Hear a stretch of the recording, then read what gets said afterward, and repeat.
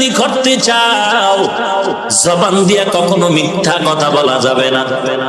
ওয়াইলুল ইয়াউমাইযিল লিল মুকাদ্দিবিন, মিথ্যাবাদীর জন্য ওয়াইল নামক জাহান্নাম আল্লাহ বানায় রাখছে। কেমন ওয়াইল নামক জাহান্নাম?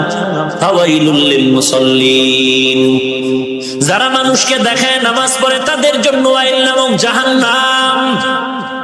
ওয়াইলুল লিল মুতাফফিফিন, যারা মাপে ভেজাল করে তাদের জন্য ওয়াইল নামক জাহান্নাম।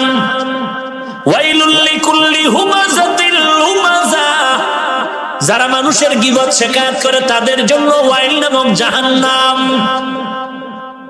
বড় কঠিন, মিথ্যা কথা বলার থেকে জবানকে হেফাজত করো। রাহমাতুল লিল আলামিন বলেন, হে উম্মত, মিথ্যাবাদীর জন্য ধ্বংস অনিবার্য, একদিন আগে আর পরে হোক। আসিদুকু ইউনজি ওয়াল কিযবু ইউহলিক, মিথ্যা অসত্য মানুষকে বিজয় করে দেয়, মিথ্যা মানুষের ধ্বংস করে দেয়। এরে নবীর উম্মতের দল, মিথ্যা থেকে জবানটারে হেফাজত করো। মিথ্যা বলা মহাপাপ, কবিরা গুনাহ, বলা যাবে। কিন্তু যারা বলে হুজুর মিথ্যা না বললে ব্যবসা চলে না, মিথ্যা না বললে যদি ব্যবসা না চলে বন্ধ করে দাও, রিজিকের মালিক আমার আল্লাহ।